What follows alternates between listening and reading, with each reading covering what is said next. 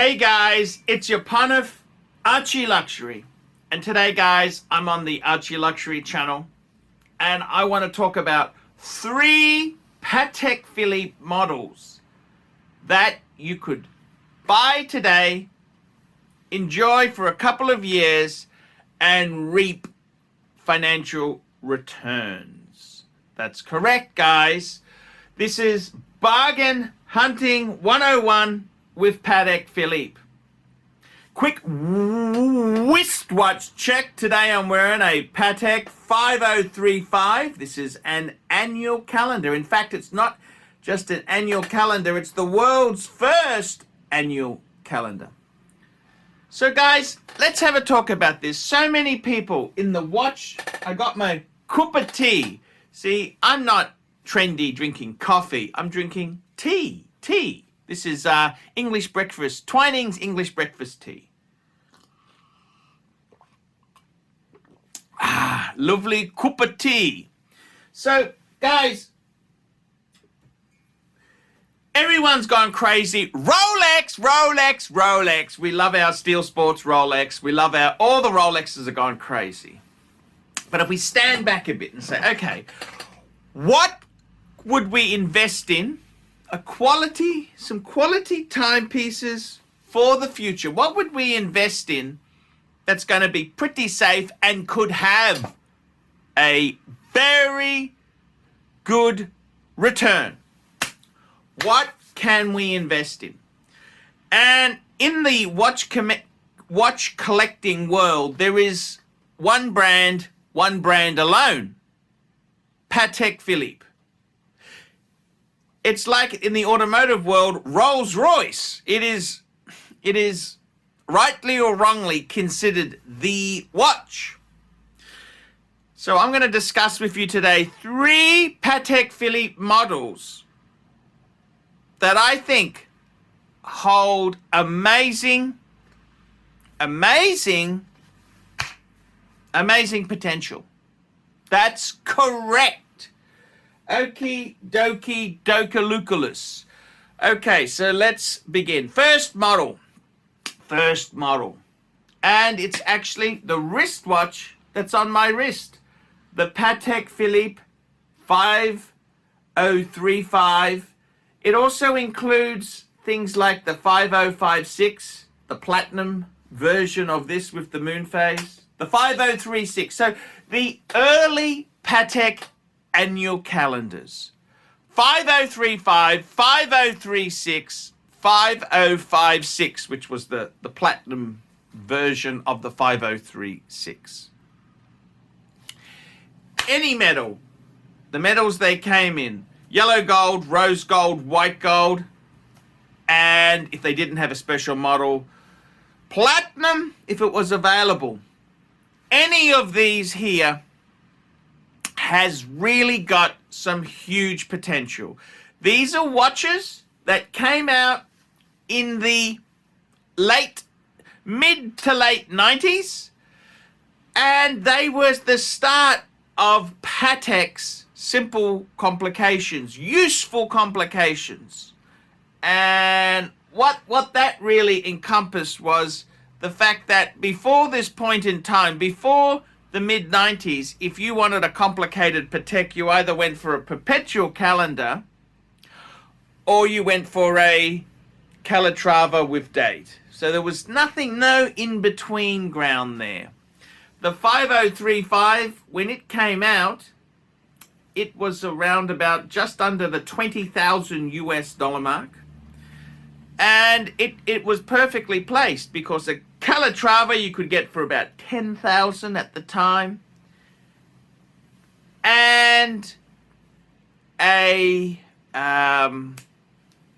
perpetual calendar was going to be around $40,000. So it was nicely in that range. Still a lot of money, but you got a lot of watch. Now, why do I think this has got potential? And the reason is, if you look at the drivers behind the watch craziness, and it's really the Chinese market. The Chinese market has gone ballistic. They have basically scooped up, you can't blame them, Rolexes. Now, it's like any nouveau riche customer. They start off with Rolex, then they start asking what's the best watch in the world. They start doing some homework. Patek Philippe is going to come up. Already, the Nautilus and the Aquanaut. The Chinese market has made those go ballistic. Then after you've already got a Swagger Rolex, a Nautilus and an Aquanaut, what do you start getting then? What would you buy your father? Precious metal. The Asians, especially the Chinese, love gold. And these here, being a 37 mil, which, I mean, I'm a big guy and I don't have a problem with it, but it is ideal for an Asian wrist. These are ideal for an Asian wrist. These are sleepers. You can get these now, low 20s. We're talking US dollars, low 20s. Get the best one you can. Get it overhauled by Patek. And the interesting thing is, the service costs, I had this particular watch I'm wearing, I had that overhauled by Patek, quite reasonable. Very, very reasonable. So that is a very good thing. So I would say those early annual calendars, you can pick them up as the cheapest would be low 20s. It depends on which model you get. Obviously, if you're looking at a 5036, which had the gold bracelet, they're going to be a lot more money, but they've got more potential. So I've got to be honest with you, any of those early annual calendars, I think they represent bargain buying now. Give it 5-10 years and they won't be bargain buying anymore. So that's the first recommendation. Okay, the second recommendation. Now, with Patek Philippe, steel has always been very special and rare. Patek mainly releases watches in precious, well, mainly in gold. Any steel Patek has huge potential.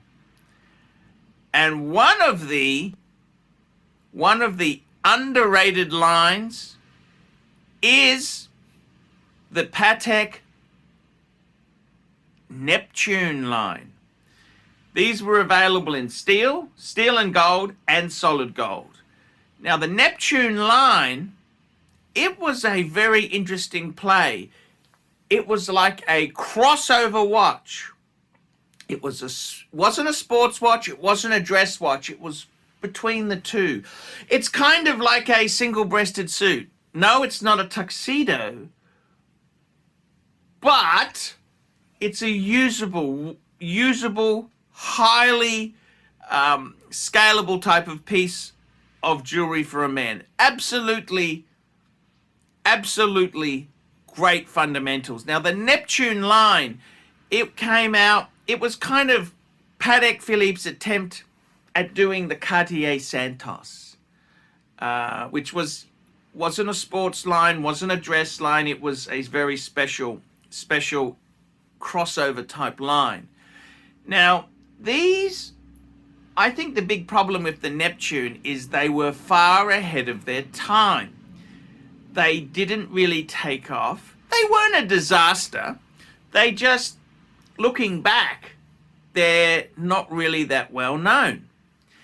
The reality is, in the late 90s, the Aquanaut and the Neptune weren't that much more successful. So I got to be totally honest with you. If you want a guaranteed blue chip investment, I would be buying Patek Philippe, steel or two-tone. There aren't many watches like that. Aquanaut, Nautilus, absolutely, they are through the roof. Wow, the Neptune is a sleeper that has such good fundamentals. brand new, they would have been very similar price to a 5711. They featured the same automatic movement. They actually featured the 315 movement, which actually is the same. The base is in this annual calendar here, the 315 movement. The big rotor, as opposed to the 240 movement with the micro rotor. They are amazing buying, very good buying. Steel Pateks have always been done in small numbers. The Neptune, it's a very 90s throwback, but it's actually quite an attractive watch. It's a Patek Philippe with an integrated bracelet. It's winner, winner, chicken dinner. Buy a Neptune cheap, and in 10, 20 years' time, it probably won't be cheap or a bargain anymore.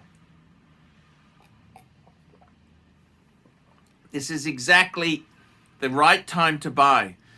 Neptune steel or two-tone, I think both of them are pretty good buys.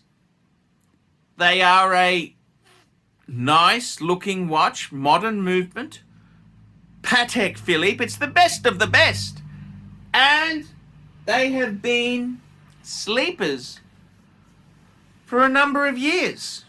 So I think that could be a perfect time to pounce.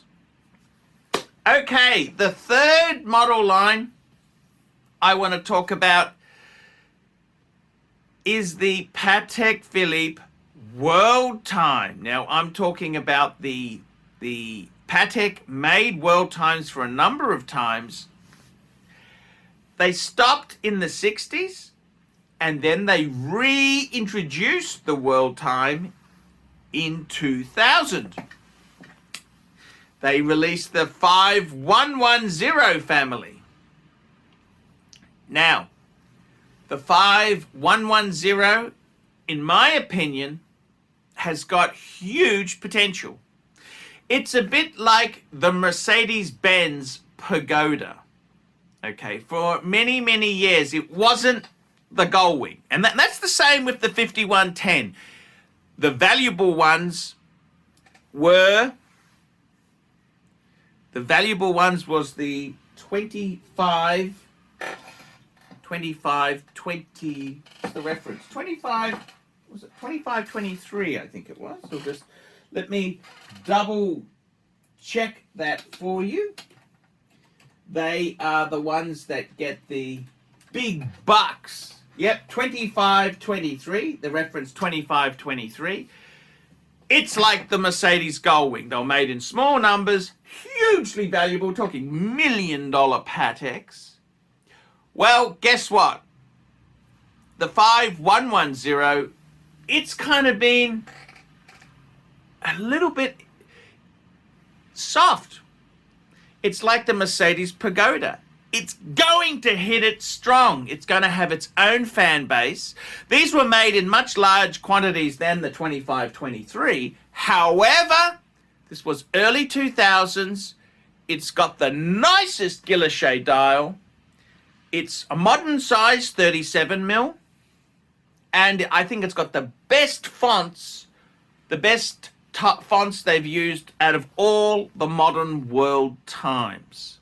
Now, the 5110, I would also say the 5130, which was the next model. The 5130 at the moment is actually kind of, it's a little bit unpopular with Patek collectors. They either like the 5110 or the current, which is the 5230. I think the 5130 has huge potential because it was the biggest at 39 mils. It is a model that will come into its own. So I would say 5110 series and 5130, both Crown Guard World Times. They're never to be seen again. They will come into their own. It's like a Mercedes-Benz Gullwing. It's the winner. Okay, so that's like the 2523. It's the Gullwing. The 5110 is like the pagoda. It's yeah, it's beautiful, but it's a little bit quiet. It's a little bit, it's out of the limelight. The 5130 is like the R107, big production run. It was the popular model. Okay, now it's gone soft. Both of those series there have huge potential. And I got to tell you guys, buy a 5110 cheap, buy a 5130 cheap. You will easily double your money within the next 10 years. Easily double your money, and not to mention, you will enjoy complicated Patek Philippe ownership. That is an elite group to be a member of. Okay, guys, that's my video for today. Like, subscribe, tell your friends. Put some comments below. What do you think, guys? And I'd like to hear your thoughts on this, because what would you invest in? I think Rolex, very, very high at the moment. And it's not the greatest brand. Patek is streets ahead of Rolex in expert. It's horology. It's Patek Philippe. There we go, guys. 3 models you're guaranteed to get a very healthy return on. I'm ArchieLuxury. Tell me what you guys think of that. Hi guys, ArchieLuxury. And who do I recommend in America? In America, who do I recommend for quality pre-owned wristwatches? David SW, David SW, David SW. Go to davidsw.com. He is the best, the greatest pre-owned dealer in all of the United States of America. David SW, David SW, David SW. Like, subscribe, and tell your friends, and don't be afraid to get a paid review. $50 for a paid review. It helps me stay full-time on YouTube, and I will see you in the next one. $50 paid review. I can't survive on Google Ads. I need your support. And guys, you could also sponsor me on Patreon. Patreon allows you to pay as little as $1 a month to keep me on YouTube. Hey guys, ArchieLuxury. Who do I recommend for watches in Brisbane and Sydney? Vintage Watch Co. That's correct.